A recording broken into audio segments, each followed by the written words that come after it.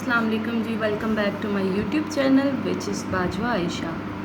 My name is Ayesha Bajwa and I am doing MS in English linguistics from the well recognised university of Pakistan, international Islamic university.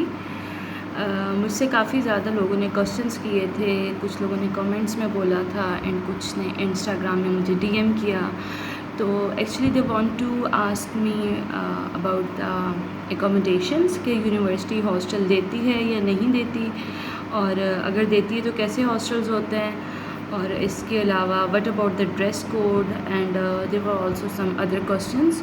So I decided to make another video to answer all those questions. So let's begin with the first question. First question was regarding the accommodation, जो कि बहुत frequent question था। तो international Islamic university का अपना ये rule है कि वो थर्ड सेमेस्टर में हॉस्टल देती है, इधर यू आर फ्रॉम मास्टर्स और बैचलर्स। फर्स्ट 2 सेमेस्टर्स में आपको हॉस्टल नहीं मिलता, इंटरनल हॉस्टल यूनिवर्सिटी का। तो पहले 2 सेमेस्टर आपको एक्सटर्नल हॉस्टल स्टे करना पड़ता है, और एक्सटर्नल हॉस्टल जो है वो करीब भी काफ़ी ज़्यादा है वहाँ पे यूनिवर्सिटी के, और कुछ लाइक IH में यूनिवर्सिटी है ना, तो I सेक्टर में हॉस्टल्स हैं, I-10-2 स्पेशली, वहाँ से तो वॉकिंग डिस्टेंस बनता है बल्कि यूनिवर्सिटी का। लेकिन ये है कि वो हॉस्टल से ज़्यादा अच्छे नहीं हैं टू बी ऑनेस्ट। मेरा जो एक्सपीरियंस रहा है वहाँ का, क्योंकि I सेक्टर जो है इंडस्ट्रियल है, तो वहाँ पे एक तो पोल्यूशन बहुत ज़्यादा होती है, उसके अलावा वो जो बिल्डिंग्स है हॉस्टल्स की वो बहुत ज़्यादा पुरानी हैं। ऑलमोस्ट ऑल द बिल्डिंग्स वो बहुत पुरानी हैं, और पुरानी बिल्डिंग्स में मुझे तो एटलीस्ट अच्छा नहीं लगता रहना अकॉर्डिंग टू हॉस्टल। तो इसलिए मैं प्रेफर नहीं करूँगी I सेक्टर। I-10-2 में मैं रही थी for about I guess 2 months, लेकिन मेरा एक्सपीरियंस अच्छा नहीं था, इवन कि वहाँ से पैदल भी रास्ता था यूनिवर्सिटी का। लेकिन ये कि स्टार्ट में अगर आप वहाँ पे रहना चाहते हैं तो आप रह लें, क्योंकि शुरू में आपको ज़्यादा पता भी नहीं होता। और मज़े की बात, मैं भी शुरू में ही वहाँ पे रही थी, क्योंकि मुझे और कोई हॉस्टल मिल नहीं रहा था और मुझे ज़्यादा पता भी नहीं था हॉस्टल्स वगैरह का और सेक्टर्स का सब कुछ। तो इसलिए फिर मुझे शुरू में वहाँ पे रहना पड़ा। एंड उसके बाद ये हुआ कि 2 मंथ्स में वहाँ पे रही, उसके बाद फिर मैं G10 में आ गई, वहाँ पे 1-2 हॉस्टल में रही। एंड वहाँ पे मैं आई गेस 3 मंथ्स के लिए या 2 मंथ्स के लिए वहाँ पे मैंने स्टे किया 2 सीटर में। फिर उसके बाद उस हॉस्टल का खाना बहुत ही फ़ुज़ूल खाना था, और खाने के लिए बाहर जाना पड़ता था। हॉस्टल में भी खाना पे कर रहे थे, उसके ड्यूज़ भी और बाहर से भी, तो ये बहुत मुझे महंगा पड़ रहा था। फिर मैंने अगेन डिसाइड किया कि मैं हॉस्टल चेंज करूँ। फिर हॉस्टल मैंने वहीं पे वॉकिंग डिस्टेंस पे था उस वाले हॉस्टल से, एंड वो हॉस्टल काफ़ी अच्छा था, बहुत बड़ा था, उसका खाना बहुत ही अच्छा था एंड टेस्ट वाइज भी अच्छा था। उस हॉस्टल के जो रूल्स थे वो भी बहुत मुझे अच्छे लगे, लोग बहुत कोऑपरेटिव थे, रूम बहुत प्यारे थे, इंटीरियर भी अच्छा था। लेकिन वहाँ पे जो हॉस्टल के ऑनर्स थे ना, वो अच्छे नहीं थे। मतलब शुरू में वो बहुत ही अच्छे बनते हैं, ऑब्वियसली हर हॉस्टल का यही सीन होता है, शुरू में वो लोग बहुत अच्छे बनते हैं, लेकिन यह है कि आहिस्ता आहिस्ता ना फिर वो उनकी सारी असलियत सामने आना शुरू होती है। तो और उसका रेंट भी अच्छा खासा था। मैं उस हॉस्टल का नेम नहीं लेना चाहती, वैसे वो हॉस्टल ओवरऑल बहुत अच्छा था। एंड उसके बाद वो जो उनके ऑनर्स थे, अब वैसे जहाँ तक मैंने देखा है, जो भी आप हॉस्टल छोड़ने लगते हो ना किसी वजह से, तो वो जो हॉस्टल के ऑनर्स होते हैं ना, या तो वो घटिया काम करते हैं, आपके घर कॉल करके फ़ुजूल बातें करते हैं कि आपकी बच्ची ये और मतलब यार बहुत गलत करते हैं, ठीक है। और वो इसलिए क्योंकि उन्हें बुरा लग रहा होता है, गुस्सा आ रहा होता है कि ये क्यों हॉस्टल छोड़ के जा रही है। और नॉर्मली ये होता है यूनिवर्सिटीज़ में, स्पेशली गर्ल्स के साथ, कि अगर एक लड़की जा रही है तो अपने रूममेट्स भी उसके साथ मूव होती हैं, मोस्टली यही होता है।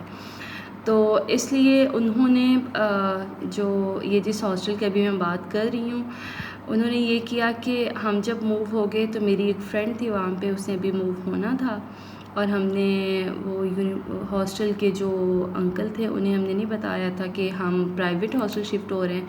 उन्हें हम यही कहा था कि लाइक हम यूनिवर्सिटी के हॉस्टल में हमें स्पेस मिल गई क्योंकि हम 3rd सेमेस्टर में तो हम वहाँ पे शिफ्ट हो रहे हैं। तो वो अंकल और उनकी जो मिसेस थी उन्होंने इतना घटिया काम किया, बहुत गिरी हुई हरकत की। उन्होंने मेरी रूममेट के मेरी फ्रेंड के घर कॉल की, फ़ुज़ूल बातें अपने से बना के तो उन्होंने बातें सारी की एंड जो कि बहुत ही बुरी बात थी। और फिर उसके घर पे गलत बातें उसके ख़िलाफ़ की ना, लेकिन ऑब्वियसली घर वालों को पता था कि उनकी बेटी कैसी है, तो उन्होंने फिर ट्रस्ट नहीं किया किसी की बात पे।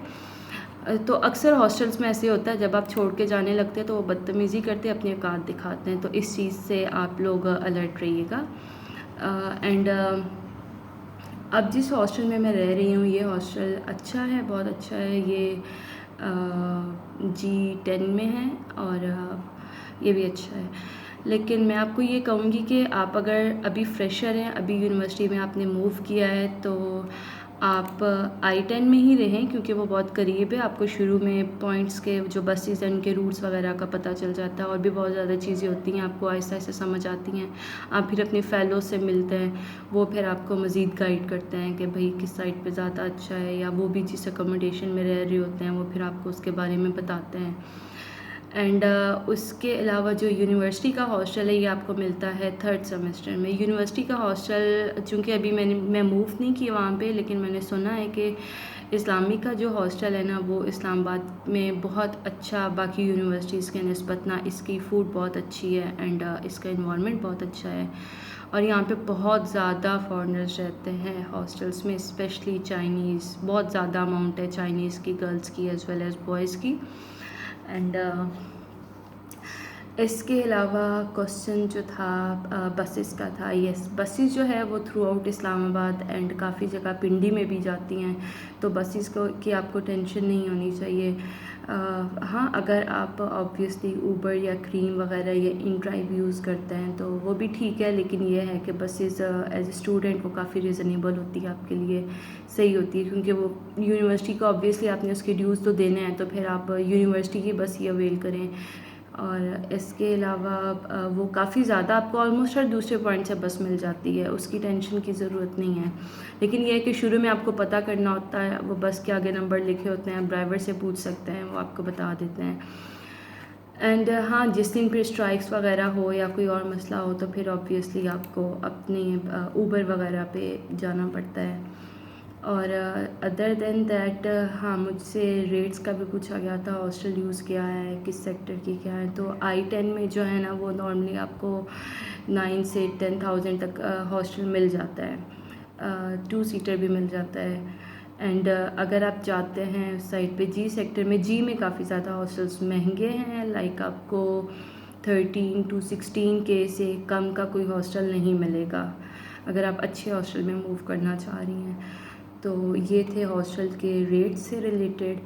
और फिर हम बात करते हैं ड्रेस कोड से। तो ड्रेस कोड का ये है कि बल्कि कल अभी नोटिफिकेशन आया है, that was specially for the male and female teachers in all the educational institutes.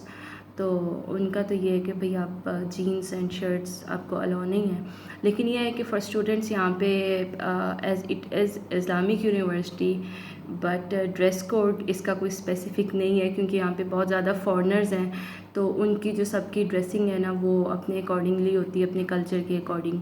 तो इसलिए यहाँ पे अभी तक मैंने कोई ऐसा ड्रेस कोड नहीं देखा।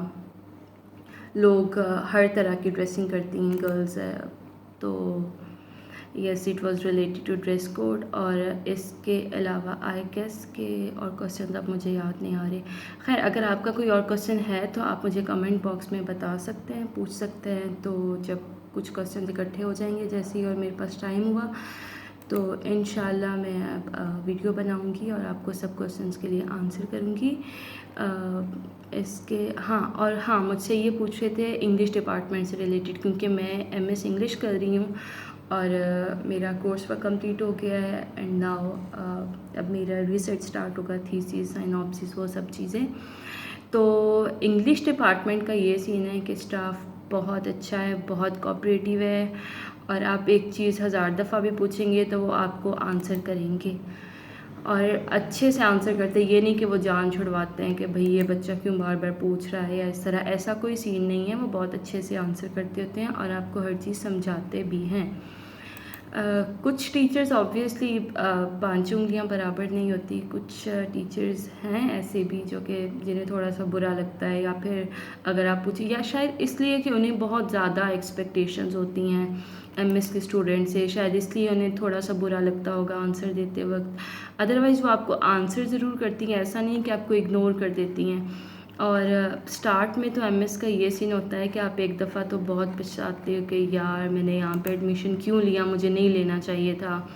तो शुरू में बहुत ज़्यादा बंदा ख़ुद को कोसता है, लेकिन ये है कि आहिस्ता आहिस्ता ना आपको पता चलता है कि मैंने अच्छा किया एडमिशन लेके, अच्छा हुआ, क्योंकि बहुत कुछ सीखने को मिलता है। मुझे याद है शुरू के दिनों में मेरे साथ भी यही सीन था कि ओ यार मैं क्यों यहाँ पे आ गई। इवन कि मुझे कुछ लोगों ने मना भी किया था कि ना जाओ, मुश्किल होगा, लेकिन ये है कि मुझे जाना था वहाँ पे। और लेकिन शुरू में मुझे बहुत मसले आए, क्योंकि आप इतना यूज़ टू नहीं होते। ये बहुत ज़्यादा काम करवाते हैं यूनिवर्सिटी वाले, लेकिन वो काम आपके काम आता है। फिर आपको बाद में अच्छा फ़ील होता है कि मैंने बहुत कुछ सीखा है वहाँ से, एंड इतनी वोकेबलरी आप सीखते हैं। वोकेबलरी के अलावा और भी बहुत ज़्यादा चीज़ें हैं जो कि आप सीखते हैं, वो इतनी ज़्यादा आपको नोट्स दे देते हैं, like you have to read and make summary, और you have to present in the class to your fellows. और लाइक वो ये चाहते हैं कि बस आप काम करो। आपको नहीं समझ आता तो वो एक अलहदा बात है, वो आप पूछ सकते हो उनसे, लेकिन वो ये चाहते हैं कि आप एटलीस्ट कोई काम करो। ये नहीं है कि आप वेले बैठ के आ जाए, ब्लैंक फेस आएँ और आप आके कहें कि मुझे ये समझ नहीं आई। तो ये चीज़ नहीं चलती वहाँ पे। वो ये चाहते हैं कि अगर आपने पढ़ा है, आपको समझ नहीं आई, तो आप पूछें, we are ready to answer you. और ऐसा होता है, आप ये ना समझिए कि टीचर्स को कैसे पता चलेगा कि भाई हमने पढ़ा या नहीं पढ़ा। ऐसा कुछ नहीं है, उन्हें सब पता चल रहा था, आखिर वो टीचर्स हैं। And thank you so much मेरी वीडियो देखने के लिए। अगर आप अभी तक मेरे साथ हैं, पूरी वीडियो आपने देखी है, तो I am so thankful to you. और प्लीज़ यार चैनल सब्सक्राइब कर दो। अभी तक मेरा चैनल मोनेटाइज नहीं हुआ और मैं कोशिश कर रही हूँ, लेकिन the problem is that I am not consistent at all because of my some busy schedule. मैं प्रॉपर टाइम नहीं दे पा रही इसको, लेकिन इंशाल्लाह वेरी सून मैं फ्री हो जाऊंगी और फिर मैं प्रॉपर टाइम चैनल को दूंगी। और I requested you to please channel subscribe कर दें एंड बेल नोटिफिकेशन भी प्रेस करें, ताकि मेरी हर न्यू वीडियो आप तक पहुंच सके। और आप अपना रिव्यूज़ दें, फीडबैक दें इस वीडियो से रिलेटेड। अगर आपको कोई और क्वेश्चन है तो you are most welcome and I will be very happy to answer your questions. So thank you once again, bye bye, take care.